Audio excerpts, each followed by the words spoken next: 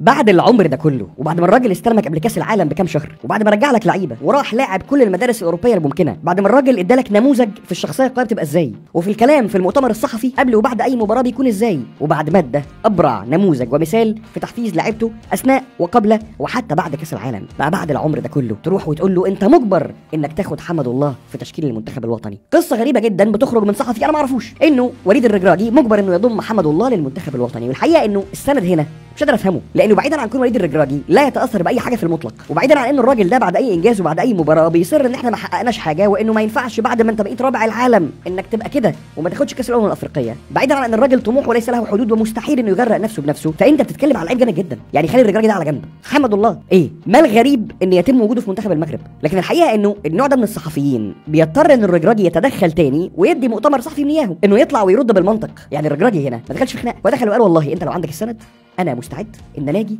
واناقشك في السند بتاعك، وريني. وانه الرجراجي لما بيختار لعيب فهو بيختار على قناعاته الشخصيه اللي ممكن تبقى غلط، لكن بالنسبه لحمد الله فهو عنده الفرصه انه ياخد المكان في التشكيل الاساسي، وعنده القدره انه يستعيد مكانه في تشكيل منتخب المغرب، لانه لعيب جامد جدا. خد بالك من حاجه، في وصف كل حاله كانت موجوده عند لعيب في منتخب المغرب الرجراجي ادرى واحد. الرجراجي هو اللي قال ان الفرقه دي من غير مرابط عندها مشكله، وبان قد ايه ان الفرقه دي من غير مرابط تحديدا مش لكونه اعظم لعيب في المنتخب، لكن لكون ان المكان ده حساس جدا، والرجراجي عايز حد بمواصفات ده، مش عايز املاح مش عايز اناحي، المكان ده لازم يكون في حد زي مرابط، وبان انه على حق. ولما اتكلم الرجراجي على وليد شتيرة اللي كان الله في عونه بعد اللي حصل لباري امبارح، وكان الله في عونه بعد اللي حصل في موضوع الفرص المهدره والحاجات اللي شبه كده، كان الله في عونه، لكنه لما اتكلم على مشكله وليد شتيرة تحديدا ما قالش ان الراجل ده في الماتشات الكبيره بيبانيك، لكن قال ان الراجل ده مشكلته انه متعلم كره في الشارع. فعلى ما تاخد وقت انك تخش في نظام احترافي واضح بتواجه فيه اعلى المستويات هياخد وقت، لكن كونه هداف مع باري ده يخلي فيه عروض ويخلي ان قابليه التطور موجوده، وبالتالي ازاي انك تضرب اللعيب او تضرب قوام المنتخب او تضرب التفسير الحقيقي لاي حاجه بتحصل في المنتخب وانت عارف كويس ايه اللي موجود من غير ما تهين حد.